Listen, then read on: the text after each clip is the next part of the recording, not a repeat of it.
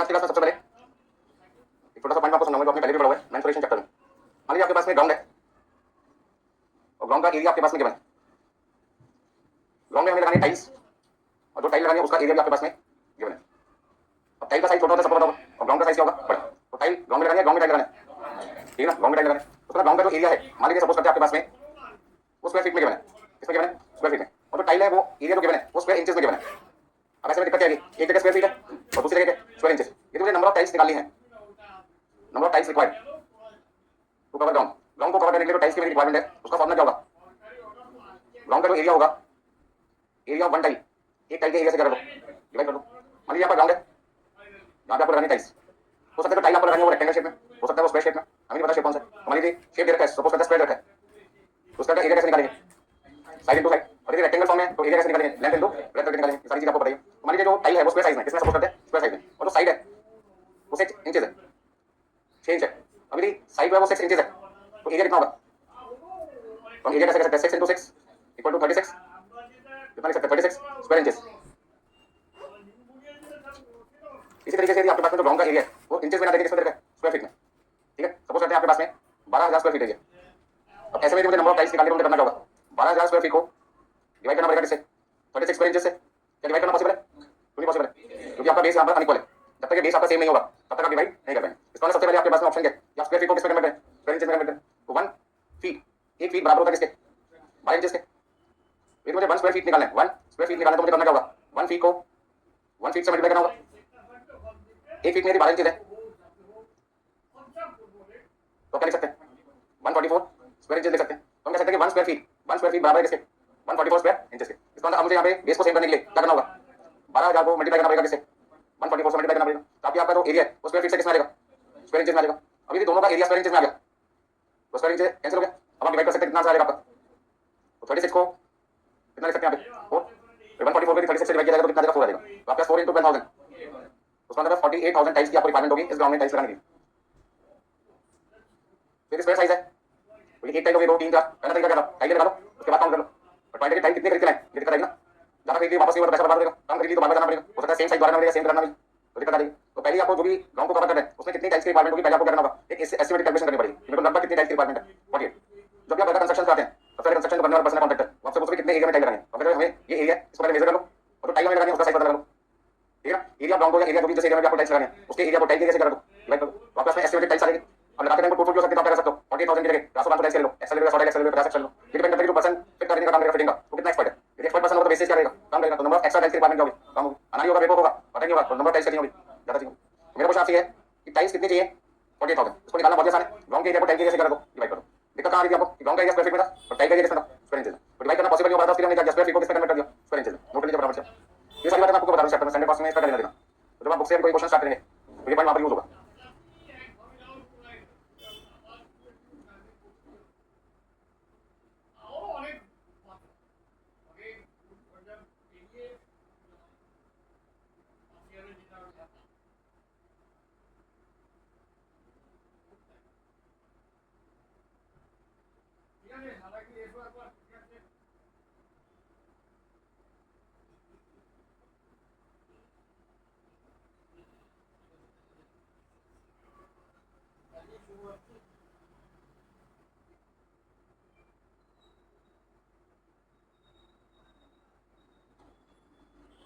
तो जब भी किसी क्वेश्चन में नंबर ऑफ टाइल्स की रिक्वायरमेंट हो आपको क्या ध्यान रखना है? जिस जगह टाइल्स लगानी है पहले उसका एरिया निकालो और जो टाइल लगानी है उसका एरिया निकालो। ग्राउंड के एरिया को टाइल एरिया से कर दो, डिवाइड। तो आपके पास में क्या आएगा? कितनी टाइल्स की आपको वहां पे रिक्वायरमेंट है। मतलब टाइल बनाना हमारा काम है, टाइल बनाना हमारा काम है। हमारे प्रोडक्ट का नाम क्या है? डोम बनाते हैं, टाइल्स बनाते हैं। तो टाइल को क्या करते हैं? इनपुट या आउटपुट? सोच के बोला करो। टाइल बनाना हमारा काम है, काम को क्या कहते हैं? आउटपुट। तो यदि टाइल प्रोड्यूस करना हमारा काम है, इसका टाइल हमारे लिए आउटपुट है। उसको बनाने के लिए क्या चाहिए? Raw material. हो सकता है 3 तरीके के रॉ मटेरियल यूज होते हैं, A material, B material, C material. हो सकता है 2 तरीके के मटेरियल यूज होते हैं, हो सकता है 4 तरीके के मटेरियल यूज होते हैं। तो जो मटेरियल यूज होंगे वो आपके लिए क्या? इनपुट है। तो इनपुट से क्या बनाना होता है? आउटपुट। तो देखिए नेक्स्ट क्वेश्चन नंबर 9, जहां पे ये पॉइंट यूज होगा जो मैंने आपको समझाया। क्वेश्चन नंबर 9, आज की क्लास में शुरुआत कैसे की? यदि आपको नंबर ऑफ टाइल्स की रिक्वायरमेंट है और आप क्लास में 2 अलग अलग एरिया देते हो, ग्राउंड एरिया, टाइल एरिया, तो आप कैसे अपनी कैलकुलेशन करते हैं? ठीक है समझे?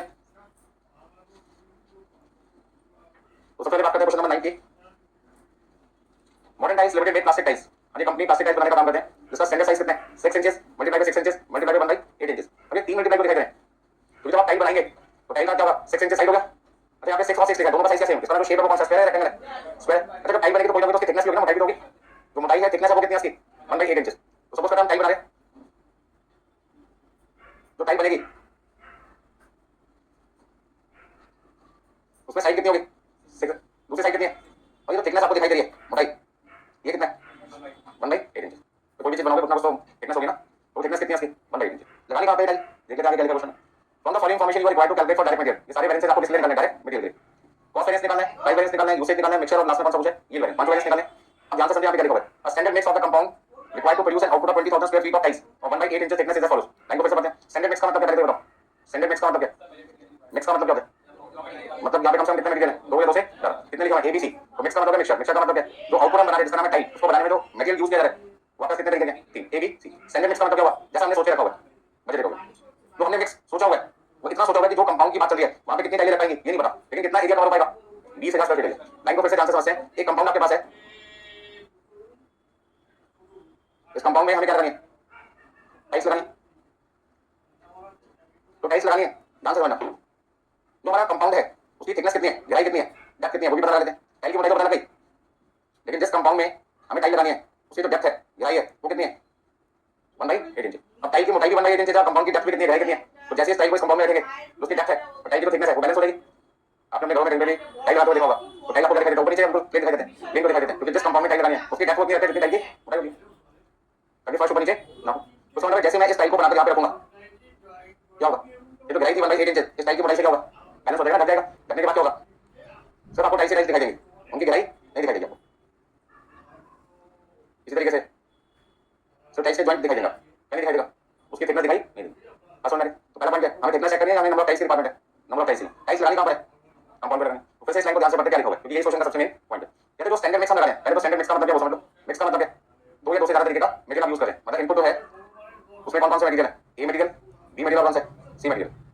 ठीक है, आपने गर्मियों के टाइम पे मैंगो शेक किया होगा, मैंगो शेक की दुकान पे जाके देखो कभी, तीनों मतलब देख लो जाके। तो जो मिक्सर यूज करता है उस मिक्सर में क्या करता है, सबसे पहले मैंगो पल्प, मैंगो को छील के मैंगो को छोटे छोटे पीसेस में कट करते हैं, डाल देते हैं। फिर उसके बाद क्या करता है, मिल्क ऐड करता है। तो मिल्क आपका एक मटेरियल हो गया, मैंगो पल्प दूसरा मटेरियल हो गया, फिर आप इसमें तो और थोड़ा सा मीठा चाहिए वो क्या करता है, शुगर ऐड कर देता है। कौन सा मटेरियल हो गया, third material, A material, B material, C material. उन तीनों मिक्सर को घुमाया जाएगा मिक्सर की मदद से, मशीन की मदद से। तो थोड़ी देर में आप क्या करोगे, मैंगो शेक तैयार होगी। उसके बाद आपको और स्वाद चाहिए, आइसक्रीम भी डाल दो, चौथा मटेरियल हो गया। मैंगो शेक के ऊपर कलर भी चाहिए, अंदर कलर डाल दो, ये ड्राई फ्रूट्स तो डालेंगे, पैसे वसूली में वो भी डाल दो। तो जितनी चीजें आप ऐड करवाते जा रहे हो सारे के सारे मटेरियल तो लगे, और फाइनली जब आपको ग्लास मिला तो ये स्वाद भी दे दो, वो आपका इंडायरेक्ट मटेरियल हो गया। ठीक है ना, बाकी के जो मटेरियल थे वो आपके सारे के सारे कौन से थे, डायरेक्ट हो गए। तो आपको समझाने की कोशिश कर रहा हूं, मिक्सर का मतलब क्या है, किसी भी चीज को बनाने के लिए जिन भी इनपुट आप यूज कर रहे हो सारे के सारे पार्ट ऑफ मिक्सर। यहाँ पे कितने मिक्सर है, कितने मटेरियल है, मिक्सर एक है, मटेरियल कितने हैं, तीन, एबीसी। स्टैंडर्ड मिक्स का मतलब है जो प्रोडक्ट हम बनाना चाहते हैं उसको बनाने में हम कितने मटेरियल लगाना चाहते हैं, एबीसी, और कितना लगाना चाहते हैं ये इनपुट मुझे नहीं पता कितना है, ये एक्स किलोग्राम मान लो, कितना है एक्स किलोग्राम। इसके अंदर मान लो हो सकता है ए 100 किलोग्राम हो, बी 50 किलोग्राम हो, सी 40 किलोग्राम हो, टोटल कितना होगा 190 किलोग्राम। उसमें एक्स की वैल्यू कितनी आ रही 190 किलोग्राम। हम जो भी इनपुट लगाएंगे, कितना इनपुट लगाएंगे कि यहाँ पर जो टाइल्स लगेंगी, जो टाइल्स लगेंगी वो कितना एरिया कवर कर पाएगा, कितना एरिया कवर कर पाएगा 20,000 स्क्वायर फीट एरिया कवर कर पाएगा। लैंग्वेज को फिर से समझ लो, हम जो इनपुट लगाएंगे उससे क्या बनेगी, क्या बनेगी, कंपाउंड या टाइल, टाइल बनेगी। और इतनी टाइल्स बनेगी कि 20,000 स्क्वायर फीट एरिया क्या होगा कवर हो जाएगा। इन्होंने क्या चीज छुपा दी आपसे, टाइल्स कितनी लगेगी, क्या चीज बता दिया, कितनी टाइल्स बनेगी या कितना एरिया रखा होगा टाइल्स से 20,000 स्क्वायर फीट। अब कहने का मतलब है हम इनपुट लगाकर क्या चाहते हैं, आउटपुट जाना, और आउटपुट किस फॉर्म में होगी, टाइल्स होगी, वो तो हमें नहीं पता, वो तो हमें क्वेश्चन में करना है तुमने। और बदले में हमें क्या देता है, वो कहता है इतनी टाइल्स बनाओगे जिससे कितना एरिया ढक जाएगा 20,000 स्क्वायर फीट एरिया ढक जाएगा। ये हिंट मिल गया, क्या निकालने के लिए, नंबर ऑफ टाइल्स निकालेंगे। नंबर ऑफ टाइल्स कैसे निकालोगे, एरिया कंपाउंड को टाइल के एरिया से कर दो, डिवाइड करो। मतलब सीधी सीधी ये भी तो कह सकते थे कि जो इनपुट हम लगाएंगे उससे हम 50 टाइल बनाएंगे या 40 बनाएंगे, 20 बनाएंगे, ऐसा बोल सकते थे, क्वेश्चन सिंपल हो जाता। और उन्होंने जानबूझ के इसको घुमा दिया, उन्होंने कहा इतना इनपुट लगाएंगे जिससे जो नंबर ऑफ टाइल्स बनेगी वो इतनी बनेगी कि कितना एरिया कवर हो जाएगा 20,000 स्क्वायर फीट एरिया कवर हो जाएगा। तो इन्होंने क्या चीज आपको नहीं बताई, नंबर ऑफ टाइल्स कितनी लगेगी, क्या बता रहे हैं कितनी टाइल्स बनेगी जिससे हम कितना एरिया कर पाएंगे 20,000 स्क्वायर। बस समझ आ गया, तो नोट कीजिए। ये एक्स मैंने अपनी मर्जी से लिखा है, 100 50 40 में मैंने सब समझाने के लिए लिखा है, क्वेश्चन से तो लेना देना नहीं। तो हमें यहाँ पे समझ में क्या, हम इनपुट लगा रहे हैं एबीसी मटेरियल के नाम से, उससे क्या बनेगा टाइल्स बनेगी। टाइल कितनी बनेगी ये नहीं बता रखा, लेकिन कितनी बनेगी, कितना एरिया जाएगा 20,000 स्क्वायर फीट। तो 20,000 स्क्वायर फीट को ढकने के लिए कितनी टाइल चाहिए वो बता लो, तो आउटपुट आ जाएगा। कैसे निकालोगे आउटपुट, नंबर ऑफ टाइल्स कैसे निकालोगे, एरिया को एरिया ग्राउंड कर दो या कंपाउंड कर दो, उसको टाइल के कैसे कर दो। अब टाइल के कैसे निकालोगे, साइड टू साइड, 6 into 6 कितना होगा 36, और यहाँ पे कितना स्क्वायर फीट एरिया 20,000। सब पढ़ाओ देखने किसी इसमें, तो मेरे हिसाब से तो लिखने का टाइम नहीं है, तो समझने वाले पॉइंट। तो यहाँ पे सबसे पहले क्या लिखोगे, एरिया ऑफ कंपाउंड कितना है 20,000 स्क्वायर फीट है।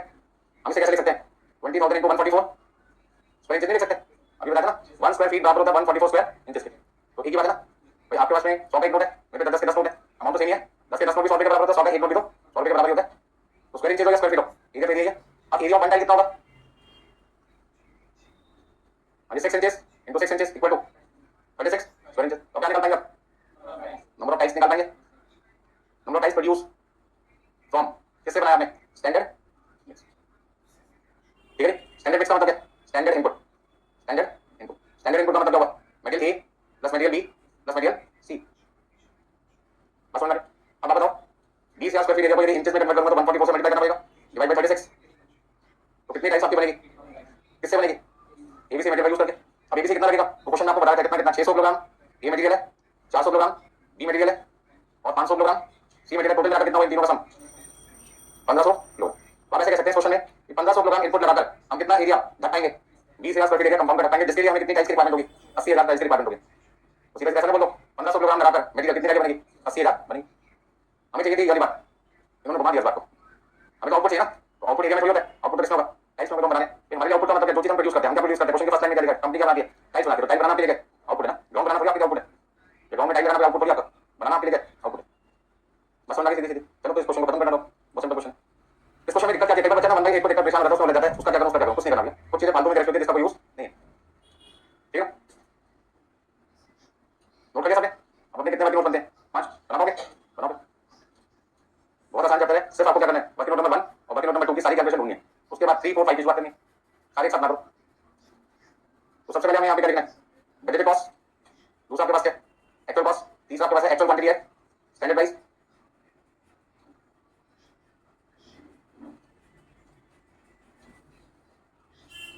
देखिए भाई नेक्स्ट आपके पास क्या है, standard cost for actual output, standard cost for actual input.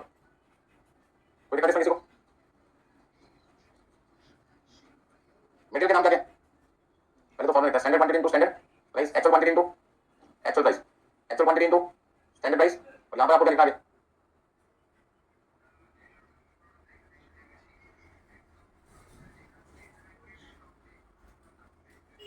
मुझे फटाफट फटाफट मटेरियल के नाम लिखते हैं ए बी सी, इन तीनों का जो सम होगा वो आपके लिए इनपुट, कौन सा इनपुट, स्टैंडर्ड इनपुट या बजट इनपुट भी बोल सकते हैं, इस चीज के दो नाम है, स्टैंडर्ड इनपुट या बजट इनपुट। इसमें से क्या माइनस करते लॉस, क्या लॉस माइनस कर पाऊंगा, हां ये ना जवाब देना, ये लॉस माइनस कर पाऊंगा, क्यों नहीं कर पाऊंगा, क्योंकि जो इनपुट है वो किसमें, किलोग्राम में, और आउटपुट किसमें, टाइल्स में। किलोग्राम में से टाइल कैसे माइनस करूं, पॉसिबल नहीं है ना, वैसे मैं आपको लॉस लिखने की जरूरत नहीं है, सीधा सीधा इनपुट से कर रहा हूं। तो किलोग्राम में से किलोग्राम माइनस करता था तो पॉसिबल है ना, किलोग्राम में से टाइल कैसे माइनस करूं तो पॉसिबल नहीं है। अब ऐसे में सबसे पहले फॉर्मूला कंप्लीट करते हैं।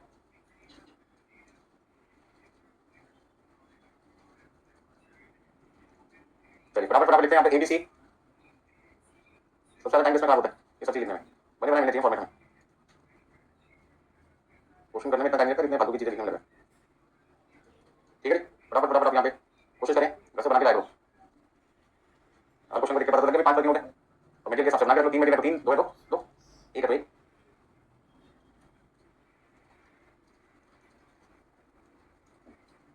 सबसे पहले हमें क्वेश्चन में कौन सा वर्किंग नोट पूरा करना है, बजटेड कॉस्ट। तो आप ये बताइए ए मटेरियल कितना है, 600 किलोग्राम, बी कितना है, 400 किलोग्राम, सी कितना है, 500 किलोग्राम, टोटल कितना है 1500 किलोग्राम। 1500 किलोग्राम हमने क्या लगाया, इनपुट लगाया, और इससे हमने क्या बनाया था 80,000 टाइल्स बनाई थी। 80,000 पता कैसे बनाई थी, 20,000 को 140 से पहले मल्टीप्लाई किया था और बाद में 36 से क्या किया था, डिवाइड किया था। तो बता सकता है 144 से मैंने क्यों मल्टीप्लाई किया था, क्योंकि यहाँ पे स्क्वायर फीट को किस में कन्वर्ट करना है, स्क्वायर इंचेस में। क्यों कन्वर्ट करना है, क्योंकि जो बेस है 36 वो इंचेस में, तो ऊपर भी करना चाहिए इंचेस होना चाहिए। रेट कितना कितना है 90 पैसे ये मटेरियल का।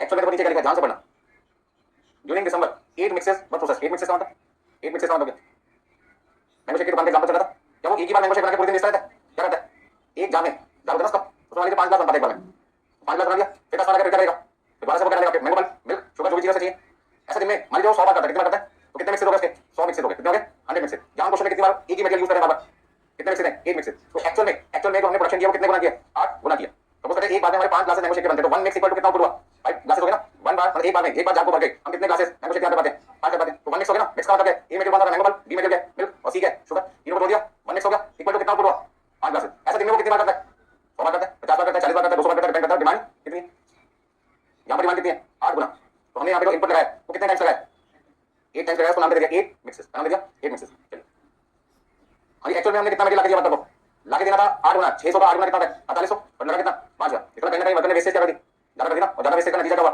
जो काम 8 गुना 600 का 8 गुना कितना था 4800। ये तो 1 मिक्स है ना, ये 1 मिक्स है, और यहाँ पे कितने मिक्सेस यूज करते हैं 8 मिक्सेस। पर फर्क क्या है, बच्चे कहते हैं सर ये तो मैच ही नहीं कर रहा, 600 को आपने 8 से मल्टीप्लाई किया 4800 आना चाहिए, यहाँ पे कितना लिखा है 5000। कोई बता सकता है मैच क्यों नहीं हुआ, क्योंकि ये स्टैंडर्ड है और ये आपका एक्चुअल है। पिछली बार वर्कर ने ये मटेरियल कितना यूज किया एक बार में 600, तो मैंने कहा इस बार 8 बार मटेरियल यूज होगा तो कितना होगा 4800, लेकिन वर्कर ने वेस्टेज क्या कर दी इस बार ज्यादा कर दी, जिसकी वजह से 200 किलोग्राम मटेरियल क्या लग गया, ज्यादा कम भी लग सकता है ज्यादा भी लग सकता है। अब यहाँ पे देखो मटेरियल कितना है 400 का 8 गुना कितना है 3200 लगा कितना है तो यहाँ पे बी मेटल के वेस्टेज बताने क्या दिया, कब क्या हो सकता है, बी मेटल का प्रोपोर्शन घटा दिया, ए मेटल का प्रोपोर्शन बढ़ा दिया, कोई भी वजह हो सकती है, प्रोपोर्शन भी चेंज हो सकता है, वेस्टेज भी जिम्मेदार हो सकता है। मेटल की क्वांटिटी पे फर्क किसकी वजह से आता है, लास्ट क्लास में बताया मैंने, या तो रेशियो बदल दिया या फिर वेस्टेज कम और ज्यादा हो सकता है, बी मेटल का वेस्टेज कम हो और ए मेटल का वेस्टेज ज्यादा हो गया, या ऐसा भी हो सकता है ए क्वांटिटी आपने ज्यादा यूज करी, बी क्वांटिटी आपने क्या कर दी कम, हो सकता है मैंगो महंगा, मैंगो की क्वांटिटी कम कर दी, मिल्क सस्ता, मैंगो कम कर दिया, हमने उसकी क्वांटिटी क्या कर दी ज्यादा कर दी। लोगों को मैंगो शेक पीना है ना, और देखना चाहिए कि भाई कलर है, मैंगो से मैच कर रहा है, बस बात खत्म हो गई। दुकानदार क्या करता है, जब उसको लगता है आम सस्ते हैं, दूध महंगा है, आम ज्यादा कर देता है, दूध कम कर देगा, मिल्क कम कर देगा, जहाँ उसको लगता है मिल्क सस्ता है, मैंगो के मुकाबले, तो मिल्क की क्वांटिटी बढ़ा देगा, मैंगो की क्वांटिटी घटा देगा, उसको अपनी कॉस्ट भी तो देखनी है ना। बस समझ में, तो कभी कभी आपको लगता है बबल होना है उसने, तो सीजन आता है मैंगो, तो मैंगो की क्वांटिटी ज्यादा होती है, क्योंकि मैंगो का रेट उस समय ज्यादा कम होता है, और जब ऑफ सीजन में मैंगो शेक पीने जाओगे, मैंगो महंगा होगा, उस समय आपको क्या लगेगा, वैसा स्वाद नहीं मिल पा रहा, फुल मिल पा रहा, मैंगो की क्वांटिटी उसने घटा दी और मिल्क की क्वांटिटी बढ़ा दी। बस समझ में, चलिए 80 में कितना भाई, 4,400 सबको जोड़ो, 12,300, 12,300 से हमने कितना ऊपर बनाया, 6,20,000, वैसे 8 गुना कितना होता है, 80,000 एक बार का, 8 बार का कितना हुआ, 6,40,000 बना कितना है, 6,20,000, इस वाला क्या हुआ, वर्कर ने प्रोडक्शन क्या किया, कम किया। अच्छा रेट कितना है, 85 पैसा, 60 पैसा, 45, बाकी का काम खुद करोगे या मैं से करवाओगे, तो मजबूरी में आपको बोलना पड़ता हम कर लेंगे, लेकिन अच्छा क्या सर आप ही करके रहो, मुझे कोई दिक्कत नहीं है, खाली खड़े रहने से बेटर लिखी दूँ। यहाँ पे कौन सा प्राइस यूज होगा, स्टैंडर्ड प्राइस 90 पैसे। अब जिन लोगों ने कैलकुलेटर बैग में रखा हुआ है, ये बाहर निकालने का समय आ गया, निकालो फटाफट से कैलकुलेशन लिखेंगे। यानी फर्स्ट एंड सेकंड नोट बनने के बाद थर्ड को दिक्कत नहीं है, क्वांटिटी एक्चुअल प्राइस कौन सा है, स्टैंडर्ड। फोर्थ में क्या करना है, 600 को डिवाइड करना है किससे, 80,000 से, 80,000 बनाने के लिए ए कितना चाहिए, 600, तो 6,20,000 को बनाने में कितना चाहिए, 80,000 टाइल को बनाने के लिए बी मेटेरियल 400 चाहिए, तो 6,20,000 को बनाने में कितना चाहिए, 80,000 टाइल्स को बनाने के लिए सी मेटेरियल 500 किलोग्राम चाहिए, तो 6,20,000 टाइल्स को बनाने के लिए कितना मेटेरियल चाहिए होगा, उसको एक से मल्टीप्लाई कर दो, ठीक है। पॉइंट नंबर 5 में हम क्या करते हैं, इनको कोई करते हैं, यदि 1500 किलोग्राम में 1500 किलोग्राम में 1500 किलोग्राम में एबीसी मटेरियल 600 किलोग्राम 400 किलोग्राम और कितना है 500, तो यदि मैं 1500 किलोग्राम मटेरियल यूज करता, 12,300 किलोग्राम मटेरियल यूज करता, तो मुझे कितना कितना मटेरियल एबीसी चाहिए होता, उसे कहते हैं standard quantity for actual input. Standard quantity for actual input का मतलब क्या है, यदि 12,300 किलोग्राम इस रेशियो में खरीदा होता, 600 400 500 6 4 5 के रेशियो में खरीदा होता 12,300 को, तो आज हमें कितना मटेरियल खरीदना पड़ता और उसके कितने पैसे भरने पड़ते, उसको 1 से मल्टीप्लाई कर दिया। आप कैलकुलेशन करोगे या नहीं, बराबर से कैलकुलेशन मुझे करके बताइए।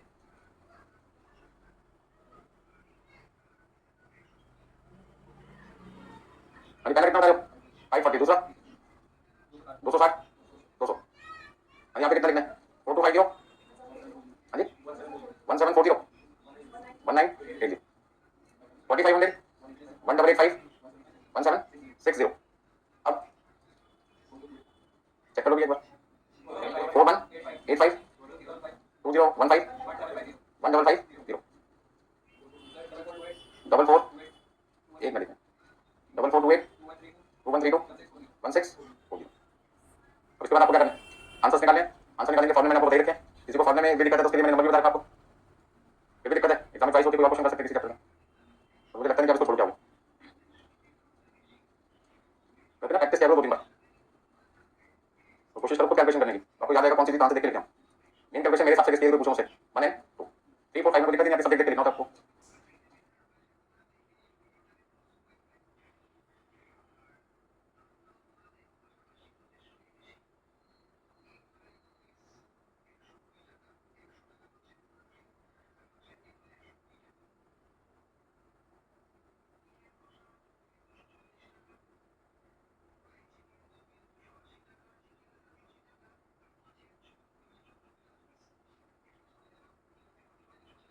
किसी कैलकुलेशन में कोई प्रॉब्लम, आपको बस एग्जाम में क्या करना है, जो चीज हम बनाते हैं वो हमारे आउटपुट है, किससे बनाते हैं उसे इनपुट कहते हैं।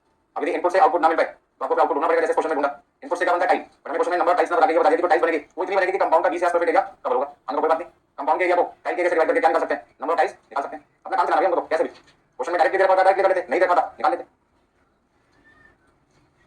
कोई दिक्कत है किसी को, तो कम से कम हाँ कह दिया दिक्कत है या ना कह दिया कुछ तो बोला दो, जो बोलते हो जैसे ही बोलो, अगले क्वेश्चन में पता चल जाएगा।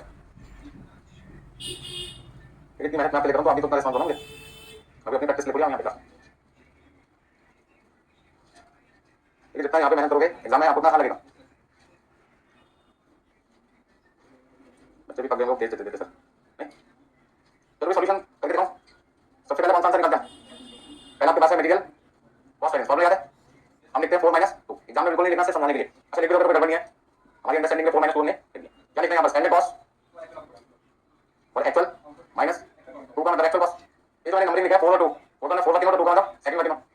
अब यहाँ पे मटेरियल का नाम क्या कहते हैं, एबीसी, मटेरियल कॉस्ट वेरिएंस आपके पास आ जाएगा total,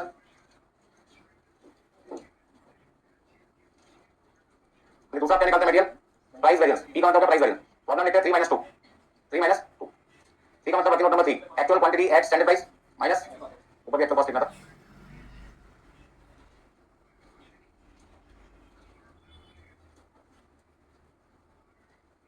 material price variance total. बच्चों को आंसर तो पता क्या लिखना है, दिक्कत कहां है, फॉर्मेट बनाना, एक ही चीज बार लिखनी पड़ती है. अब जरा वर्किंग नोट नंबर 4 से लिख के वैल्यू बताइए कितनी लिखूं. 4185 2015 155 0. तो वर्किंग नोट नंबर 2 से लिख के वैल्यू बताइए. 4250 1740 1980. अब ध्यान रखना 4185 का मतलब इतना पैसा खर्च होना चाहिए था, लेकिन हुआ ज्यादा. पैसे ज्यादा लग गए, ज्यादा पैसा लगा आपके लिए नुकसान है. कितना नुकसान है, 65 रुपए आपके ए में ज्यादा लग गए. ए का मतलब क्या, एडवर्स. ए का मतलब क्या, एडवर्स. यहाँ पे क्या लिखे 275 फेवरेबल. फेवरेबल क्यों है, क्योंकि पैसा लगना चाहिए था 2015, लगा आपका 1740, कम पैसे लगे. पैसे का काम खर्च होना फायदा आपके लिए. 1550 1980 में पैसे ज्यादा लग गए, 430 रुपए एक्स्ट्रा लग गए. एक्स्ट्रा लगना आपके लिए एडवर्स है. तो किसी मटेरियल में फायदा है, किसी मटेरियल में आपको नुकसान हो गया. ओवरऑल आपका नुकसान कितना है, 220. एडवर्स आ गया. एग्जाम में ए नहीं लिखना, पूरा नाम लिखना है एडवर्स. एग्जाम में एक क्वेश्चन आएगा, या तो बहुत सारे प्रैक्टिस करें इसलिए शॉर्ट फॉर्म यूज करें. कोई एमसीवी नहीं लिखना, पूरा पूरा लिखना है material cost variance. Short form use नहीं करेंगे कभी. ये नंबर लिखना चाहे तो लिखो, कोई दिक्कत नहीं, अपनी अंडरस्टैंडिंग के लिए. लिखाने गलत कर दो, उससे बेटर लिख लो. ठीक है. अब 4500 4500 1885 1760 4250 1740 और 1980. ठीक है ना. अब आंसर लिख देंगे. मैं लिखता हूँ, ये लिखता हूँ, समझाना भी होता है ना. यानी 4500 रुपए खर्चा होना चाहिए था, हुआ है 4250. पैसे कम लगे, फेवरेबल हो गया आपका. यहाँ भी पैसे कम लगे, कितना 145. यहाँ पैसे आपके ज्यादा खर्च हो गए 220. अब फायदा ज्यादा नुकसान कम है, तो आपका 165 या 175 175 फेवरेबल. तो हमें मैनेजमेंट को क्या समझना है, हमने 220 रुपए का टोटल नुकसान किया था, पर उसमें से 175 रुपए का फायदा हुआ था प्राइस कम लगने की वजह से. तो प्राइस में तो फायदा हुआ था, पर क्वांटिटी वेरिएंस में क्या हुआ, नुकसान इतना ज्यादा हुआ कि 175 का फायदा था वो भी सेट हो गया, और उसके बाद भी कितने रुपए का लॉस हुआ, 220 का. क्वांटिटी वेरिएंस होगा वो 220 रुपए से क्या होगा, ज्यादा होगा. ठीक है. इतना ये बाकी आंसर निकालते हैं. जिन लोगों ने कंप्लीट कर लिया, कितने बच्चे क्वेश्चन 9 पूरा हो गया. काफी सारे स्टूडेंट क्लास में, उनके लिए क्वेश्चन नंबर 12 बना 12 नंबर. और जिनका कंप्लीट नहीं हो पाया घबराए नहीं, मैं बराबर से कराता हूं. अभी मटेरियल आपके पास है, क्वांटिटी वेरिएंस. क्वांटिटी वेरिएंस का फॉर्मूला आपके पास है 4 - 3. ये सारे नंबर मैंने आपको लिखा हुआ पहले से. Standard cost for actual output minus actual quantity eight standard price.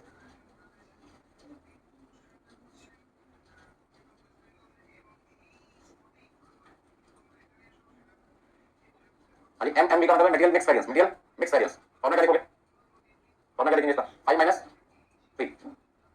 और standard cost for actual input minus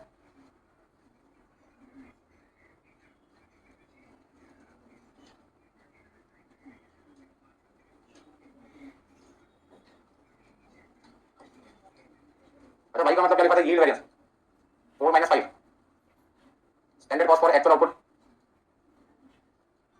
minus standard cost for actual input material yield variance.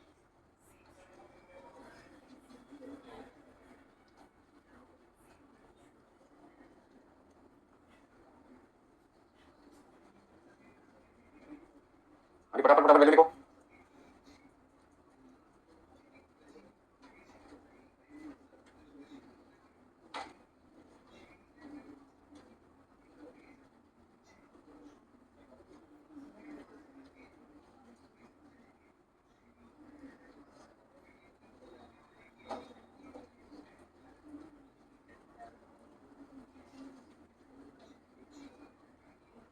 लिखे भाई साहब ने कितना कितना आंसर लिखे 315 एडवर्स 130 फेवरेबल 210 एडवर्स. कितना लिखो 395 adverse 72 adverse 247 favourable 120 adverse 57 55 55 favourable. एक मिनट 243 एडवर्स फिर कितना 117 90 एडवर्स 450 एडवर्स.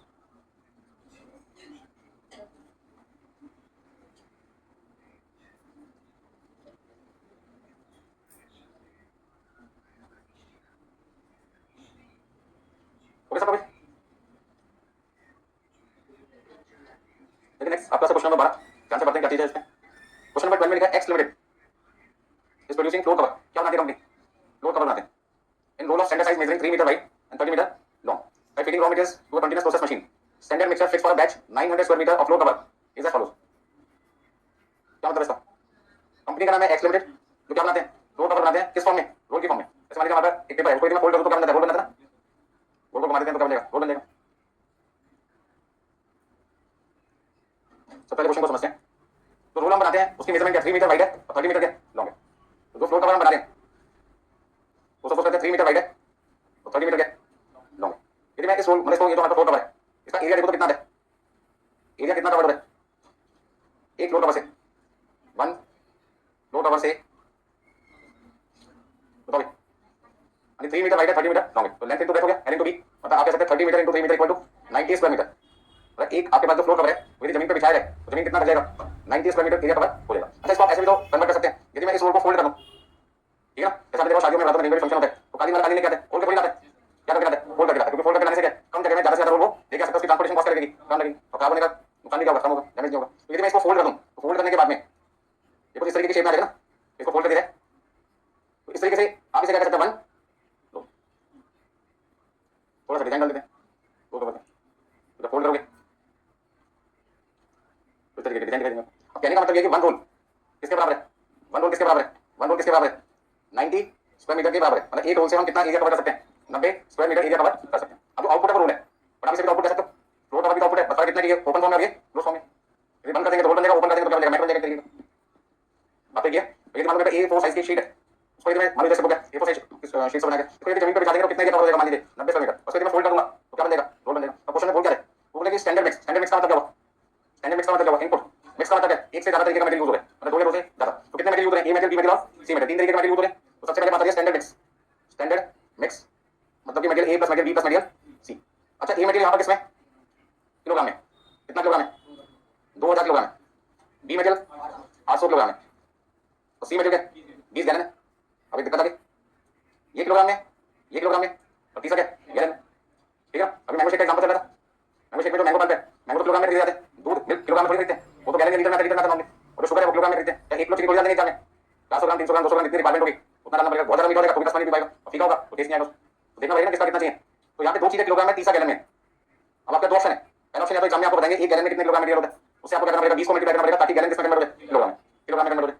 दूसरा ऑप्शन क्या है, क्वेश्चन को बाहर से पढ़ते हैं, क्या हिंट कोई देखा है मैंने, चलो फिर से पढ़ते हैं, कहीं ना कहीं तो हिंट मिलना चाहिए, हिंट में दो चीजें होनी चाहिए, या तो इन तीनों मटेरियल का कोई नाम होना चाहिए या फिर हमें एक गैलन में कितने किलोग्राम मटेरियल होता है वो बताना चाहिए, ठीक है। तो क्वेश्चन पे पढ़ते हैं, standard mixture filled for a batch, मतलब ये जो तीनों चीजें material A plus B plus C ये किसके बराबर है, वन बैच के बराबर है। जैसे मैं थोड़ी देर पहले एग्जांपल दे रहा था किसका, मैंगो शेक का, मैंगो शेक की दुकान पे हम गए तो हमने क्या देखा, एक उसके पास मिक्सर है 1 2 3 नंबर लिखा है, जीरो लिखा है, ठीक है। इस तरीके का मिक्सर, ये तो मिक्सी बनेगा, अभी इसमें क्या लगाना पड़ेगा, जाने लगाना पड़ेगा, ठीक है। यहाँ पे उसने वो भी बना दिया हमने। अब पॉइंट ये कि यहाँ पर जो मिक्सर है आपके पास में, मोटर भी लगी होगी, मोटर में यहाँ पे ब्रेक भी लगा होगा, ठीक है, तार भी लगा देते हैं, यहाँ से कनेक्शन दे देते हैं पावर सप्लाई का। अब मेरा क्वेश्चन यहाँ पर याद है कि हमने इसमें क्या डाला होगा, मैंगो पल्प डाला होगा, इसमें हमने क्या डाल दिया, मिल्क डाल दिया, अलग चीजें डाल दी, शुगर डाल दी, ठीक है ना, कोई भी सामान डाल दिया, मतलब जो चीजें हमें इसमें चाहिए थी वो सारी चीजें हमने इसमें क्या कर दी, मिला दी। अब ये तीनों जो चीजें इसमें मान लीजिए 2 मीटर किलोग्राम में, 1 मीटर किसमें लीटर में या गैलन में, इनको मिक्स करना पॉसिबल ना होगा। क्वेश्चन में हमें या तो सारी की सारी चीजें किलोग्राम में होगी या सारी की सारी चीजें किसमें होगी, गैलन में होगी, तो ऐड करना पॉसिबल नहीं है। पर हमने इसका क्या नाम दे दिया, ये तो सामान है लगा हुआ है, इसने क्या नाम दे दिया, वन बैच बराबर है 2000 kilogram material A, 800 kilogram material B और 20 गैलन मटेरियल सी। तो अब आपको ऐड करने की जरूरत नहीं है, ऐड किसके बराबर है, वन बैच के बराबर है। तो इनपुट का टोटल, इनपुट का टोटल मैं दो तरीके से कर सकता हूं, या तो क्वांटिटी का टोटल कर दूं या इन तीनों का टोटल इक्वल टू क्या बोल दूं, वन बैच। आसान है। अब बातें करते देखो मिक्स डाले खाते हैं लोग, डॉक्टर ने सारी डाले खाए, हमने सारी खरीदना पड़ेगा, वो क्या करते हैं, एक ऐसा पैकेट ले लेते हैं सारी की सारी डालेगा मिक्स। अब उसे कैसे तो काले रंग की दाल कितनी थी, वाइट रंग की कितनी थी, धुली कितनी थी, बिना धुली कितनी, गिन लो, पूरे दिन लग जाएगा, गिन नहीं पाओगे। बस समझ रहे, उसमें हम क्या करते हैं, एक बैच बना लेते हैं 500 ग्राम का, 400 ग्राम का, 300 ग्राम का, 1 किलो का, 2 किलो का, दैट इज बैच। उस बैच में सारे तरीके के पल्सेस हैं, डाले मिली हुई है, वो ज्यादा क्वांटिटी में भाई कम क्वांटिटी में। तो डॉक्टर के पास गया, मैंने कहा गेहूं का शुगर लेवल बढ़ता है, मल्टी ग्रेन का रखो, थोड़ी थोड़ी क्या कर दी, दो चार चीजें बढ़ा दी, रेट 100 ग्राम से 400 रुपये कर दिया, 300 रुपये कर दिया, 200 रुपये कर दिया। चीजें महंगा करने का तरीका होना चाहिए, दो पैकेट 5 किलो का 200 रुपये का था, मल्टी ग्रेन का नाम से 300 350 400 रुपये का था, गंदा सामान उसमें 200 ग्राम बाकी का, उससे रेट क्या होता है, तो मल्टी ग्रेन आप खरीद के ला रहे हैं, 5 किलो का पैकेट, 10 किलो का, 20 किलो का, 100 किलो का जो भी है, उसमें सारे के सारे जो मटेरियल होते हैं उनकी क्वांटिटी सेम थोड़ी होती है, कोई 10 किलो, 2 किलो, आधा किलो, 100 ग्राम, 50 ग्राम, जैसा टेस्ट है उसके हिसाब से वो मिक्सर बना देते हैं, इक्वल टू क्या कहते हैं, वन बैच। तो हमारे दो तरीके से इनपुट कैलकुलेट करने का तरीका, या तो मैं सारे इनपुट टोटल निकालूं एक तरीका, दूसरा तरीका ये पॉसिबल नहीं है सबको ऐड करना, तो मैं उसको क्या नाम दे सकता हूं, वन बैच, ठीक है इतना। चलिए आगे देखते हैं क्या।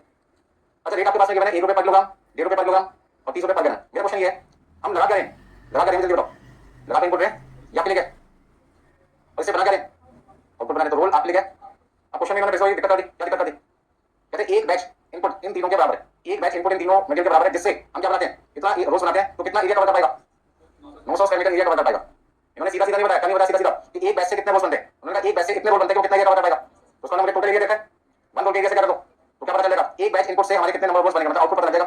900 स्क्वायर मीटर एरिया को 90 स्क्वायर मीटर एरिया से क्या कर दो कितना आएगा। तो हम क्या कह सकते हैं, हम कह सकते हैं कि जो इनपुट हमने लगाया है 2000 kilogram A metal, 800 kilogram B metal, 20 gallon C metal, जो बराबर एक बैच के, उससे कितना आउटपुट बनता है 10 वोल्ट बनते हैं। इस क्वेश्चन का ये मेन पॉइंट था, बाकी सिंपल था। आगे देखो क्या लिखा, during the period 1505 standard size rolls were produce. Actual में कितने रोल्स बने 1505, किससे बने 150 बैचेस से बने, किससे बने 150 बैचेस। हमने तो सोचा था वो कितने का था, एक का था, लगाया कितना 150 बैचेस। जैसे मैंने मैंगो शेक की दुकान का एग्जांपल दिया था, तो दिन में इस ग्लास को इस जार को कितनी बार आता होगा, 100 बार 50 बार 500 बार, डिपेंड करता है मार्केट में डिमांड कितनी। समझ में आ गया। तो क्या एक बार आके पूरे दिन बेच रहे थे, जो कस्टमर आएगा मैं टैब लेके इसको बोलता रहेगा, देता रहेगा लोगों को। तो इसका साइज तो लिमिटेड है ना, 5 लाख 6 लाख 10 लाख। बात समझ में आ रही। तो ये बात मुझे क्या करना पड़ेगा, रिफिल करना पड़ेगा ना, बाद इसमें तीनों मटेरियल डालने पड़ेंगे और फिर मुझे क्या करना पड़ेगा, मशीन की मदद से मैंगो शेक बनाना पड़ेगा। तो 1 मिक्सचर इक्वल टू 5 ग्लासेस, जब अपने दिमाग में सेट कर लो कि एक मिक्सचर कितने के बराबर था 5 ग्लासेस। दिन में 500 मिक्सचर बनाऊंगा तो 500 × 5 हो जाएगा, 100 मिक्सचर होंगे तो 100 × 5 हो जाएगा, 40 मिक्सचर है तो 40 × 5 हो जाएगा। ठीक उसी तरीके से यहाँ पर एक्चुअल में हमने कितने बैचेस के बराबर मटेरियल लगाया, 150 बैचेस के बराबर मटेरियल लगाया। मतलब मैं 150 गुना आउटपुट चाहता था, कितना चाहता था 150 गुना। तो यदि आउटपुट मुझे 150 टाइम चाहिए तो इनपुट कितना करना पड़ेगा 150 टाइम चाहिए ना। तो 150 × 10 कितना होता है, 150 × 10 कितना होता है 1500। तो रोल बनने कितने चाहिए 1500, बने कितने ऐड हो गया, आउटपुट इतना क्या होगी ज्यादा होगी। नोट करिए सबने। अब इसके बाद का काम खुद करोगे, फिर से देख के लिखोगे, खुद करोगे। सबसे पहले वर्किंग नोट 1 और 2 बनाना सीखो। जिस बच्चे ने 1 और 2 बनाना सीख लिया, अगले 3 या 4 मिनट में उसका क्वेश्चन सॉल्व हो जाएगा। और जिसको 1 और 2 नहीं आता उसे आगे लगाना इस क्वेश्चन को, पूरा पूरा टाइम बच जाएगा आपका। और मेरी पूरी कोशिश है कि बना पाएंगे, सिखाऊंगा मैं आपको। बात समझ आ रही। तो रोल इक्वल टू रोल क्या है, फोल्ड फॉर्म में, और यदि मैं इसको अनफोल्ड कर दूं तो क्या बनेगा, फ्लोर कवर बन जाएगा। और दुकान से जब स्टेशनरी की दुकान से पेपर खरीद के लाते हो तो कैसे लाते हो, बड़े साइज का, A3 साइज का चार्ट फोल्ड करके देता है ना वो, ओपन लाओगे तो क्या होगा, हवा यदि तेज चले तो फटने का डर होगा या खराब होने का डर होगा। वो क्या करता है, रोल में कन्वर्ट करके देता है, फोल्ड करके देता है, बटन लगा के। उससे क्या होता है, सामान को लाने में कैरी करने में क्या आसानी होती है, कोई डैमेज नहीं होता, जगह भी क्या लगेगी कम लगेगी। यदि उसको ओपन खोल के लाओगे, अनफोल्ड फॉर्म लाओगे तो स्पेस क्या लगेगा। तो मिक्सर बनाना भी देखो मैंने सिखा दिया कैसे बनती है। सब्जेक्ट बहुत इजी है, बस थोड़ी सी रेगुलर प्रैक्टिस है आपको, और सीधे सोचो लाइफ में अगले 3-4 साल इनसे पढ़ लो तो अगले 15-20 साल बहुत अच्छे चलेंगे आपके।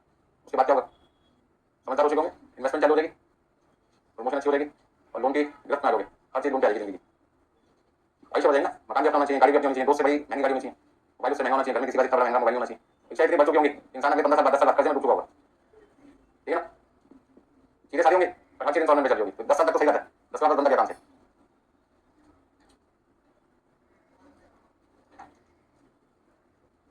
कोई दिक्कत यहाँ पर।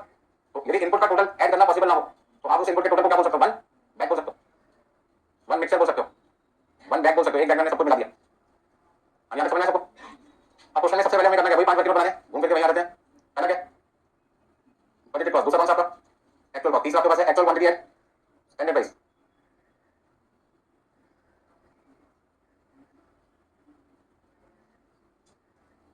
हमने standard cost for actual output और standard cost for actual input.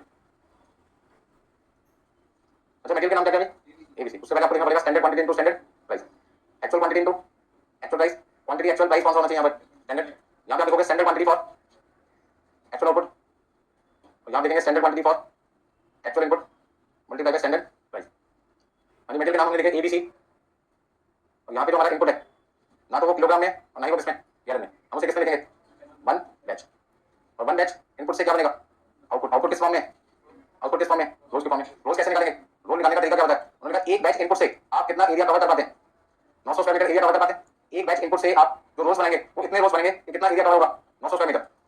और एक रोल का जो एरिया वो कितना है 90। तो आप कितने रोज बनाते हैं 1 बैच से 10 रोज बनाते हैं।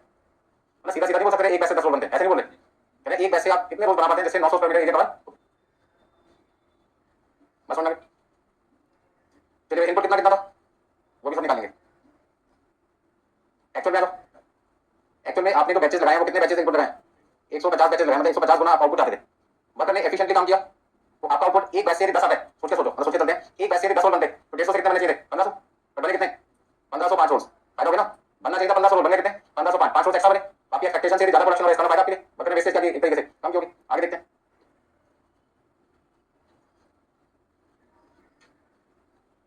ये आपकी मेन कैलकुलेशन होती है, तो मैं आपके सामने भी करके दिखा रहा हूँ। लिखा यहाँ पर कितना कितना लिखना है 2000 किलोग्राम 800 किलोग्राम और 20 गैलन। यहाँ पे रेट आपके पास है 1 रुपये पर किलोग्राम, 1.5 रुपये पर किलोग्राम और 30 रुपये पर गैलन। एक्चुअल में आपने इनपुट यूज किया 3,500 किलोग्राम, 1,19,600 किलोग्राम और 3100 गैलन। रेट आपके पास में 1.10, 1.65 और कितने 29 रुपये 50 पैसे। बड़ा सुनाओ क्या आगे सबको, कुछ तो बोलो, सुन रहा था दिमाग सन। हर क्वेश्चन कैसा भी हो देखने में हमने फॉर्मेट एक ही रखना है। अब इसके बाद तो आपको पता ही क्या करना है आपको।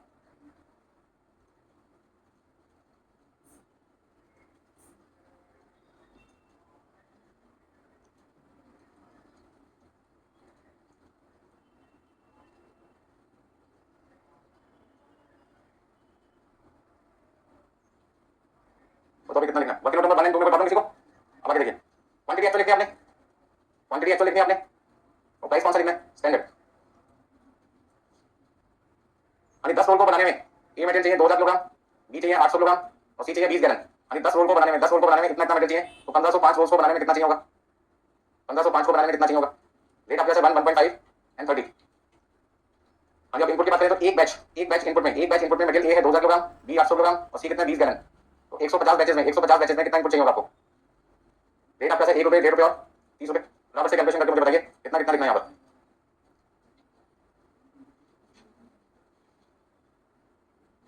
अभी 2000, 1200, 600, अभी 3,30,550, 1,97,340, 91,450। तो 1 रुपये से मल्टीप्लाई करना है, इसलिए सोचो मत, सीधा सेम लिख दो 3,500। अब आपको यहाँ पे 1,19,600 को 1.5 से मल्टीप्लाई करना है तो 179,400 और यहाँ पे 93,000 आपके पास आ जाएगा। अभी 2000 को 10 से डिवाइड करना है, 1505 से मल्टीप्लाई करना है, फिर 1 से मल्टीप्लाई करना है तो आपका वैल्यू आ जाएगी 3,01,000। अगले केस में वैल्यू कितना लिखेंगे? 1,80,600 और आपके केस में 90,300, यहाँ तो सिंपल दिखाई दिया मुझे 3 लाख सीधा लिखो, 1,80,000 और यहाँ पे आपका आ जाएगा 90,000, 90,000। कोई दिक्कत इसमें? हर क्वेश्चन में आप कोशिश करें पहले 1 एंड 2 की कैलकुलेशन को पूरा करना, 3, 4, 5 में सिर्फ आपको देख देख के लिखना है। अब या तो क्वेश्चन में इनपुट देखा होता, आउटपुट नहीं देखा होता, आउटपुट देखा होता है तो टोटल इनपुट नहीं देखा होता, टोटल इनपुट देखा, आउटपुट देखा है तो एबीसी मटेरियल कितना वो नहीं देखा, कुछ ना कुछ मिसिंग होता है और आपको ढूंढना है। जो बच्चा टाइम पे ढूंढ लेगा टाइम पे क्वेश्चन कंप्लीट होता है उसका। अब इतना करने के बाद में पैसे क्या निकालने, आज आंसर निकालने। यहाँ पे भी मटेरियल के नाम क्या है? एबीसी। तो काम करते तो मैंने पीछे कैलकुलेशन की थी, वहाँ पे वैल्यू हटा देता हूँ, नई वैल्यू पुट कर देता हूँ, तो कम से कम फॉर्मेट बनाने में टाइम तो बच जाएगा मेरा।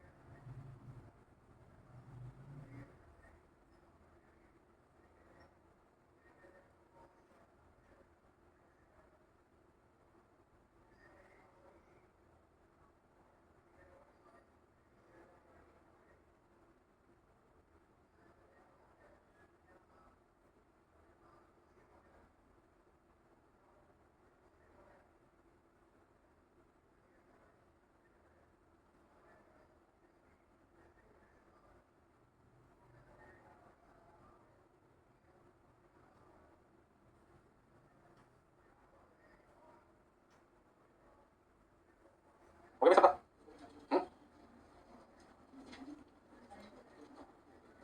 फाइनल आंसर निकालो अपने। तो आंसर निकालने के जैसे मैंने पिछले क्वेश्चन में, उसकी मुझे वैल्यू क्या करनी है, फटाफट चेंज कर देता हूँ।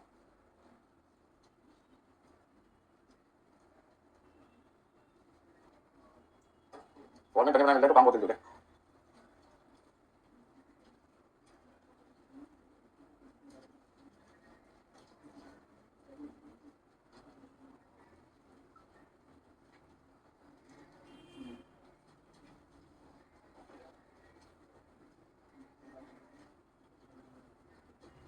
मुझे वैल्यू बताते रहो जल्दी से मुझे। 3,01,000, 1,80,600। एक्चुअल कॉस्ट आपके पास है 33550, 91,450। आंसर भी लिखेंगे। थर्ड की कैलकुलेशन आपके पास थी 3,05,000, 179,400, 93,000। एक्चुअल कॉस्ट ऊपर से देख के लिखना है।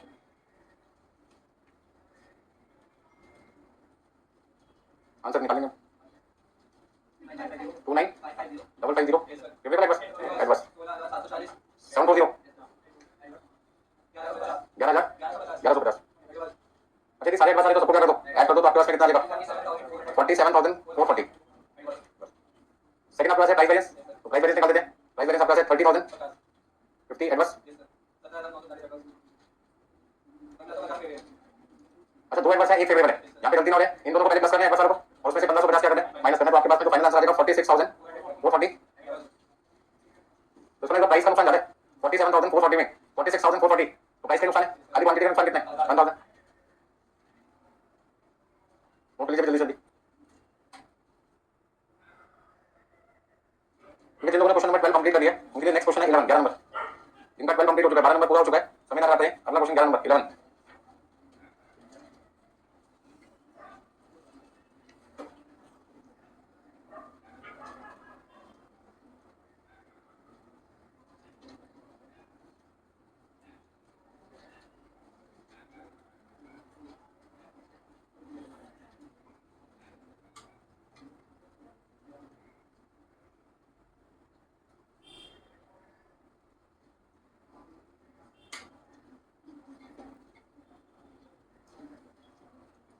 नोट करिए सबने, ये स्पीड बढ़ाओ स्पीड, जितने नंबर का क्वेश्चन एग्जाम में आता है उसका सिर्फ डबल टाइम मिलता है आपको, 8 नंबर मतलब 8 डबल कितना आ गया 10, तो 9 से 10 मिनट में कोशिश करें पूरा हो जाए, 10 तो मैक्सिमम हो गया।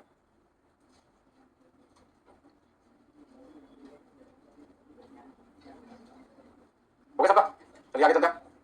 बाकी का आंसर लिखने के लिए वैल्यू पुट करते हैं जल्दी जल्दी। कितनी कितनी वैल्यू थी भाई? स्टैंडर्ड कॉस्ट प्राइस चलो पुट आपका 3,01,000, 180,600 और 90,300।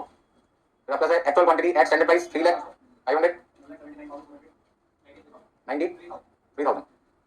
हाँ जी, वर्किंग नोट नंबर 5 की वैल्यू लिखनी है 3,01,80 और 90,000। ये वैल्यू तो ऊपर से देख के लिख देते हैं।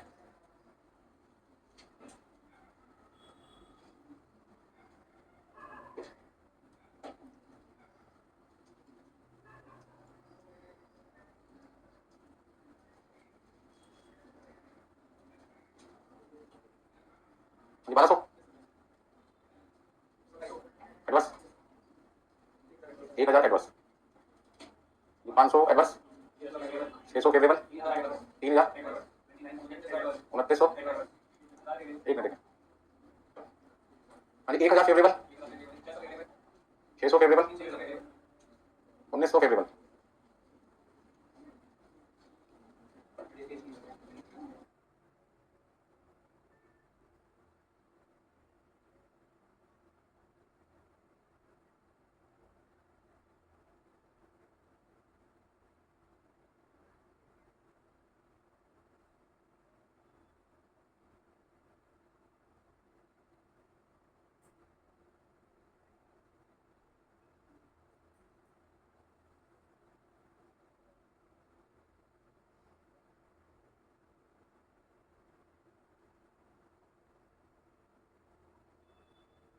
सभी नोट करिए, ठीक है, कुछ नया सीखते हैं। क्वेश्चन नंबर 11 आपका नेक्स्ट क्वेश्चन आज का, इसमें लिखा होगा from the data given below calculate individual material price variances for two material X and Y assuming that price variances are calculated at the time of purchase. हाँ जी, अभी हम क्वेश्चन में जो प्राइस वेरिएंस निकाल रहे थे मटेरियल, तो हमारा ओरिजिनल फॉर्मूला क्या हुआ, actual quantity multiply by standard price minus तो प्राइस वेरिएंस का ये फॉर्मूला था। अब क्वेश्चन में आपका जो एक्चुअल क्वांटिटी है ये दो तरीके की हो सकती है, at the time of purchase और दूसरी क्वांटिटी हो सकती है एट द टाइम ऑफ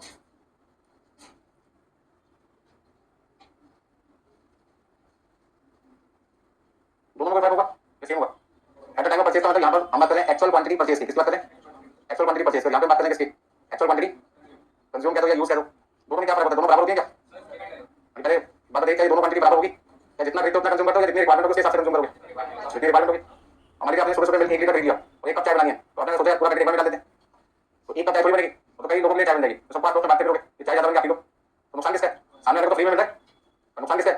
आप ही का, दूध भी ज्यादा लगेगा, गैस का खर्चा भी बढ़ेगा, मिल्क भी ज्यादा लग गया, आपके पास में वाटर भी ज्यादा लगेगा, इलेक्ट्रिसिटी कॉस्ट भी बढ़ेगी किचन की, अंधेरे में तो बनाओगे नहीं, ये समझ के बैठे कितना है, ठीक है ना? तो मेरा क्वेश्चन आपके पास ये है कि क्या एक्चुअल क्वांटिटी परचेज और एक्चुअल क्वांटिटी कंज्यूम सेम होता है? तो क्या फर्क होता है ये समझना पड़ेगा। कंज्यूम की जानकारी आपको कहाँ मिलेगी? फैक्ट्री में, और परचेज की जानकारी कहाँ पे मिलेगी?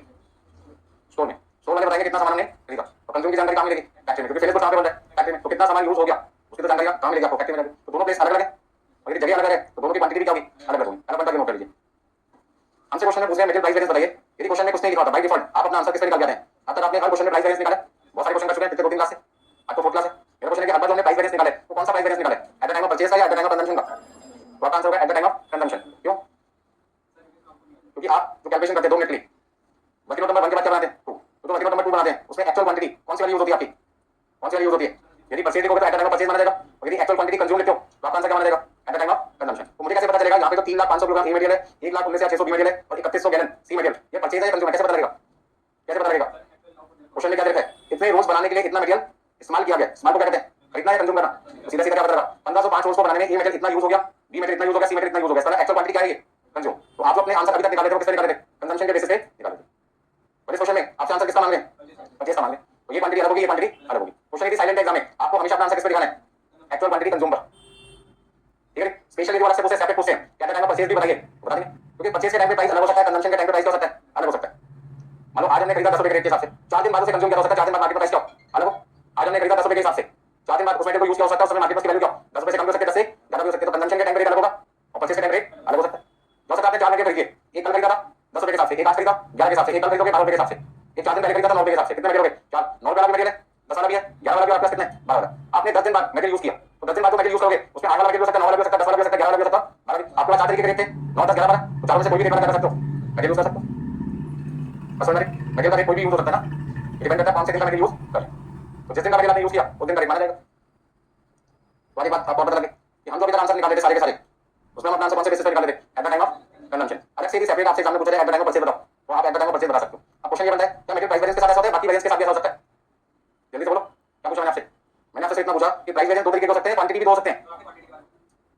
मैंने तो प्राइस वेरिएंस लिखा ऑलरेडी, मैं तो क्वांटिटी बोला नहीं। प्राइस वेरिएंस ध्यान दीजिए, एक्चुअल क्वांटिटी परचेज और एक्चुअल क्वांटिटी कंज्यूम। क्वांटिटी अगर देखिए इनका रिलेशन किससे रहेगा? नहीं, प्राइस से। इस दिन का रेट अलग होगा, इस दिन का रेट अलग होगा। और सारे दिन में जाते हैं, मान लीजिए महीने में 30 दिन हो गए, 1 तारीख से लेकर 30 तारीख तक 30 दिन हो गए ना।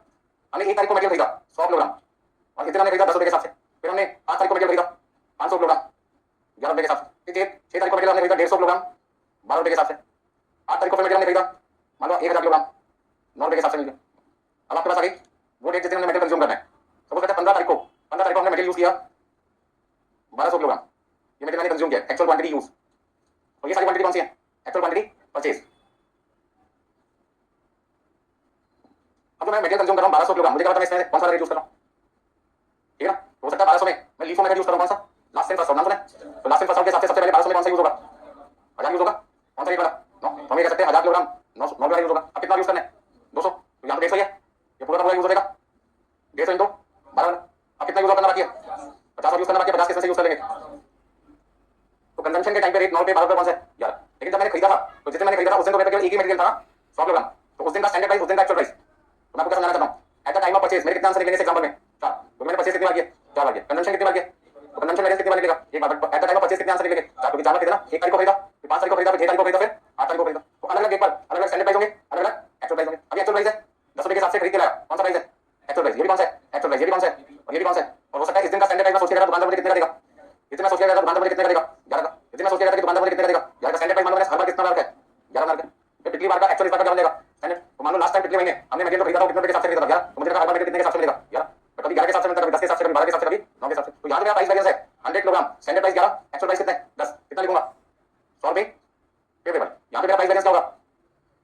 स्टैंडर्ड प्राइस भी 11 है, एक्चुअल प्राइस भी क्या है? 11। आंसर क्या लिखूंगा? 500 या 0? देख लो, अरे 500 को मल्टीप्लाई करो ना 0 से, क्या लिखना आपने? अच्छा, इस वाले के आंसर निकालेंगे कितना आएगा? 150 इंटू 11 माइनस 12, तो माइनस 150 आएगा। क्या आएगा आपका? इस वाले केस में आंसर निकालते हैं 1000, 11 माइनस 9 कितना लिखूं? 2000 फेवरेबल। ये सारे के सारे आंसर मैंने भी निकाले आपके सामने। 100 रुपए फेवरेबल, निल 150 एडवांस, 2000 फेवरेबल। कौन से वेरिएंस है? Material price variance at the time of purchase, at the time of purchase. अब at the time of consumption निकालना है, क्या निकालना है? At the time of consumption. तो at the time of consumption में मेरे पास 9 रुपए एक्चुअल प्राइस है, मेरे पास में 12 रुपए एक्चुअल प्राइस है और मेरे पास में 11 रुपए का एक्चुअल प्राइस है। एक्चुअल प्राइस कितने हो गए? 3 हो गए। तो तीनों का स्टैंडर्ड प्राइस कितना है? 11 रुपए। तीनों का स्टैंडर्ड प्राइस कितना है? 11। तो यदि मुझे यहां पे प्राइस वेरिएंस निकालना है तो कैसे निकालूंगा? कैसे निकालूंगा?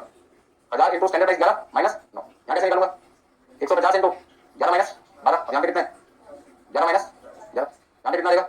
2000 फेवरेबल। यहां कितना आएगा? 150 रुपए एडवांस, यहां कितना आएगा?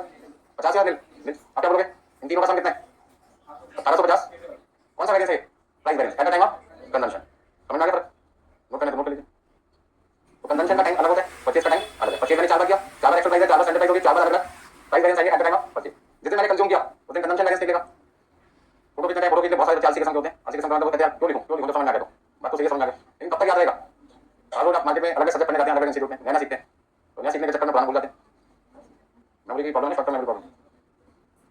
तो देखो कोई भी चीज बार बार आप तभी आएगी ना जब आप लिखोगे, उसको देख पाओगे। या तो लिख लो या फोटो खींच लो। फोटो खींच के संभाल के रखो, फोल्डर बना दो पासिंग के नाम का, कोई भी काम की फोटो खींच दो, फोल्डर में डाल दो। तो यदि फोल्डर नहीं बनाया और मेमोरी आपकी खत्म हो गई, सारी फोटो जल्दी डिलीट हो जाएगी। अभी डिटेल में मैंने आपको समझा दिया, वैसे इतना डिटेल में जाने की जरूरत थी नहीं। तो कंजम्पशन का टाइम अलग होता है, परचेज का टाइम अलग होता है, उस समय स्टैंडर्ड प्राइस अलग होता है, एक्चुअल प्राइस अलग होता है। लिखना किसी ने लिख लो, लिखो, जिनको नहीं लिखना वो तो फटाफट से आ जाती है।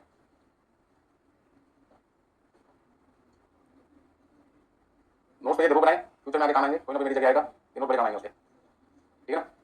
अभी आपको लगा होगा कि पता नहीं पढ़ाएंगे नहीं पढ़ाएंगे, कुछ भी हो सकता है, आपकी एज में मैंने भी सोचा था मैं पढ़ाऊंगा किसी को, अब पढ़ाए कोई बात नहीं, ठीक है। पैसे कमाने हैं, रास्ता कोई भी मिले, लेकिन सही होना चाहिए, कंडीशन है। मनी बड़ी किसी को किसी बच्चों को फीस बताना होगा तो बड़ी जाता है, तो मैं बच्चों की बात बोलता हूँ, जितनी फीस दे रहे हो उतना एग्रीमेंट कर दो, जब भी जॉब करेगी उससे ज्यादा पैसे नहीं देने बॉस से, वो ऐसे कैसे हो सकता है, मैं ये कहता हूं ऐसे कैसे हो सकता है, ठीक है। सीए में बनना, सीए बनने के बाद तो 3 लाख रुपए सैलरी, और हम लोग देना नहीं चाहते जो बना दे, भाई लगाओ कुछ तो तुमको मिलेगा, इनपुट जीरो आउटपुट मैक्सिमम कैसे आ सकता है, नहीं तो इनपुट लगाएंगे तभी आउटपुट आएगा,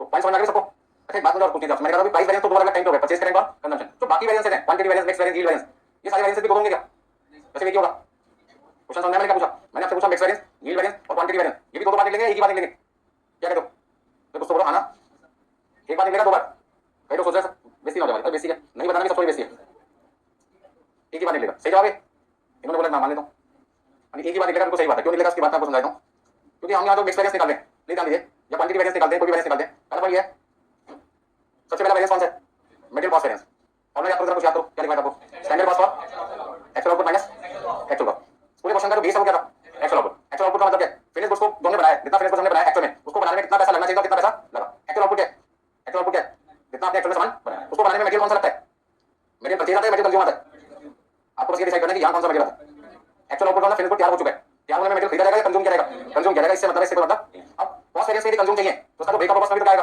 कंज्यूम आएगा ना, हम यहाँ पे तो ब्रेकअप कर रहे हैं, price variance, quantity variance, quantity का दो ब्रेकअप करते हैं, मिक्स और यदि यहाँ पे कॉस्ट वेरिएंस कंज्यूम पे बेस है तो उसके जितने भी ब्रेकअप सारे के सारे किस पे बेस हो गए, कंज्यूम पे होगा ना, पास होना नहीं, तो ये वेरिएंस जितने भी निकलते हैं, mix variance, yield variance, quantity variance, ये सब किस पे निकलते हैं, कंज्यूम पे, इसलिए आपका प्राइस वेरिएंस हमेशा किस पे निकलता था, कंज्यूम पे, वो तो टाइमिंग उन्होंने पूछ लिया कि कंज्यूम करने से पहले जब हमने खरीदा था क्या उस समय वेरिएंस हो सकता है, हमने कहा हो सकता है, लेकिन उससे किसका, प्राइस का, बाकी किसी का नहीं, चलिए हटा दो सबको, फालतू लिखा मैंने,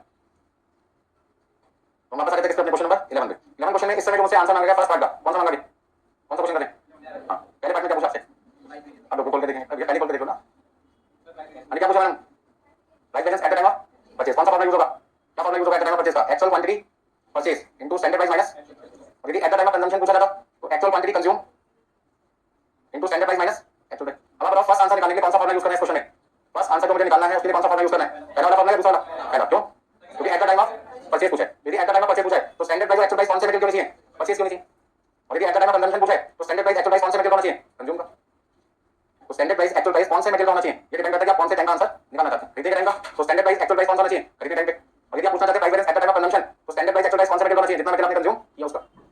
चलिए अब सॉल्यूशन करते हैं, सबसे पहले क्वेश्चन नंबर 11 पे, यहाँ लिखते हैं क्वेश्चन नंबर 11 पहला पार्ट, अभी material price variance at the time of purchase, अच्छा at the time of purchase ना लिखा होता तो कौन सा निकाल देते हैं, at the time of consume, by default हमेशा किस पे निकालना है, कंज्यूम पे निकालना है, तो हमें याद है क्या लिखेंगे, actual quantity purchase into standard price minus actual price. अब यहाँ पे दो मटेरियल के नाम दिखाई दे रहे थे एक्स और वाई, क्वेश्चन पर क्या लिखा है, रॉ मटेरियल परचेज 2000 किलोग्राम, तो कितना खरीदा पहला मटेरियल 2000 किलोग्राम, और दूसरा मटेरियल कितना खरीदा 5000 किलोग्राम, कितने में खरीदा, कितने में खरीदा, कितने में खरीदा, पहला मटेरियल 2000 किलोग्राम 4000 में खरीदा, यहाँ पे क्या बना सकते हैं, एक्चुअल प्राइस पर किलोग्राम पता लगा सकते हैं, एक्चुअल परचेज कॉस्ट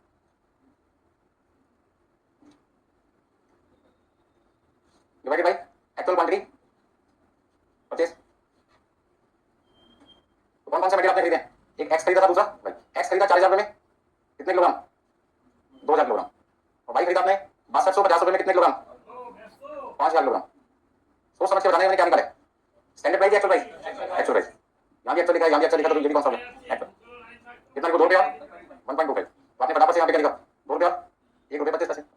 अब क्वेश्चन में स्टैंडर्ड प्राइस में नीचे देखा है, स्टैंडर्ड प्राइस मटेरियल एक्स है 1 रुपये 90 पैसे और कितना 1 रुपये 30 पैसे, कोई दिक्कत इसमें, आंसर निकाल दो बताओ। अच्छा एक्स मटेरियल मिलना चाहिए 1 रुपये 90 पैसे में, कितना मिलना चाहिए 1 रुपये 90 पैसे में मिला कितना में 2 रुपये, इसका 10 पैसे पर किलोग्राम महंगा मिला, और यदि 10 पैसे आपको एक्स्ट्रा देना पड़े पर किलोग्राम तो 2000 किलोग्राम पे 10 पैसे के हिसाब से कितने रुपये का नुकसान हो गया, 200 रुपये का नुकसान हो गया, ज़्यादा चलेगा ना दोस्तों, लेकिन बी मटेरियल में 5 पैसे का फायदा होगा, 1 रुपये 30 पैसे वाला मटेरियल 1 रुपये 25 पैसे में मिला, 5 पैसे पर किलोग्राम फायदा हुआ, 5 पैसे 5000 किलोग्राम का कितना फायदा हुआ, अब फायदा हुआ 250 का, नुकसान हुआ 200 का, अभी भी फायदा कितने का 50 का फायदा, खरीदने के टाइम पर 50 रुपये का फायदा होता है, कंजम्पशन का टाइम अलग होता है, परचेज का टाइम अलग होता है,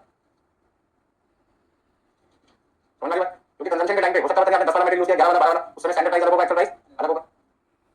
परचेज के टाइम पे स्टैंडर्ड प्राइस एक्चुअल प्राइस अलग हो सकते हैं, सेम भी हो सकते हैं, दोनों टाइम डिफरेंट हो सकते हैं, नॉर्मली क्या होते हैं डिफरेंट होते हैं। चलिए पहला आंसर आसान था, बराबर से हो गया। दूसरा उससे भी आसान है, समझना पड़ेगा बस। मटेरियल यूसेज वैरिएंस पूछा, क्या पूछा भाई? Usage variance. यूसेज का दूसरा नाम क्या बताएगा? तीसरा नाम क्या था? तीसरा नाम क्या था? कंजम्पशन। बस ये नाम सुनना था। कंजम्पशन वर्ड से क्या पता लगा कौन सी क्वांटिटी इस्तेमाल होगी यहाँ पर? परचेज या कंज्यूम? कंज्यूम। जब निकालना ही कंजम्पशन वैरिएंस है तो क्वांटिटी परचेज थोड़ी यूज कर सकते हो, कंज्यूम होगी। बस समझ आ रही? समझ लो तो सब बात है, याद भी रखना पड़ेगा। नेक्स्ट आंसर है material consumption variance, usage variance, quantity variance.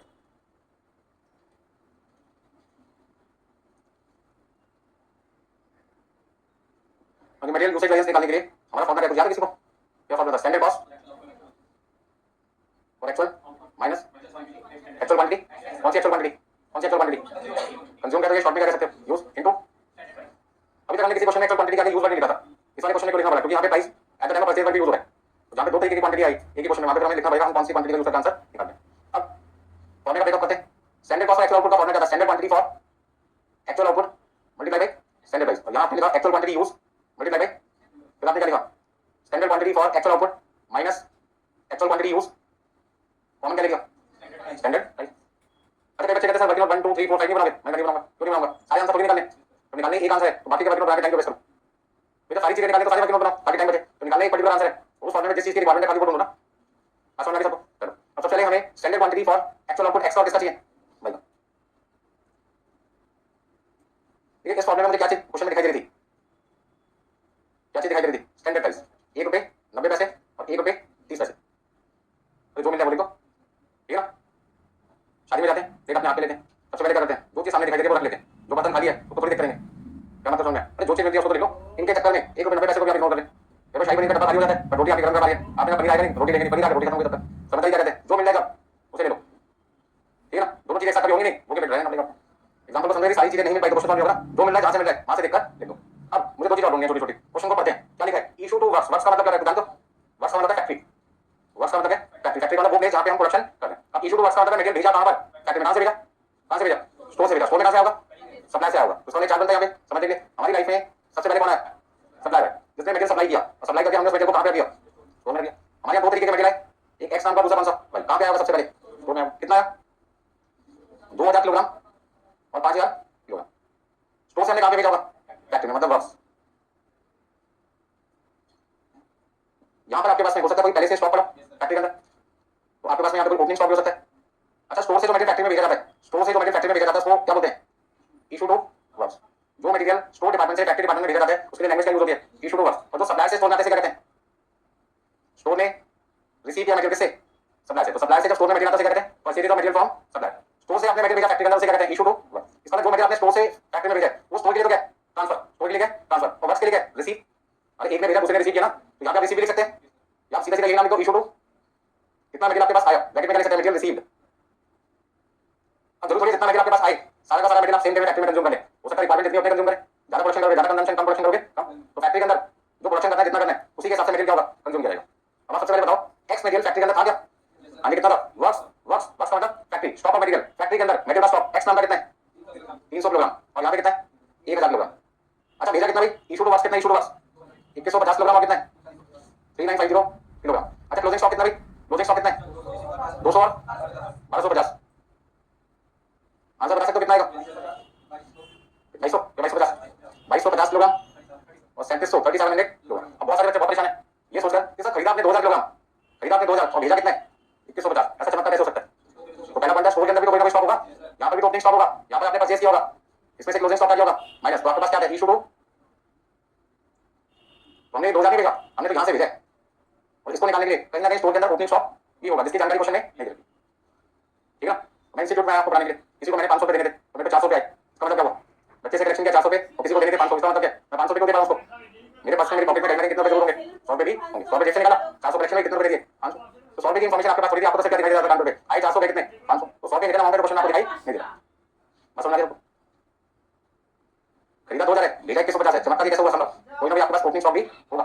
कितना होगा हमें से कोई लेना देना। पहला पॉइंट क्या हुआ? ओपनिंग स्टॉक फैक्ट्री में भी हो सकता है मटेरियल का, और ओपनिंग स्टॉक मटेरियल का स्टोर में भी हो सकता है। क्वेश्चन ये बनता है मैं किसको ढूंढ रहा हूं इसमें? 2000 को, 5000 को, या 2250 और 3700 को? मैं किसको ढूंढ रहा हूं? 2250 और किसको? 3700 को। क्यों? क्योंकि मुझे क्या चाहिए? Actual quantity use. और एक्चुअल क्वांटिटी यूज का मतलब कंजम्पशन। कंजम्पशन कहां पे होता है? फैक्ट्री। प्रोडक्शन तो फैक्ट्री में हो रहा है ना, तो कंजम्पशन भी कहाँ पे होगा? फैक्ट्री में। तो फैक्ट्री जाके पता लगा, ये तो फॉर्मूला बना opening plus issue to works minus closing, इस फॉर्मूले से क्या निकल जाता है? Actual quantity consume. यदि आप लिखना चाहे तो आप लिख सकते हैं actual quantity use equal to, ये फॉर्मूला बना। तो सीखना तो पड़ेगा, नंबर चाहिए, पैसा चाहिए, सब कुछ चाहिए।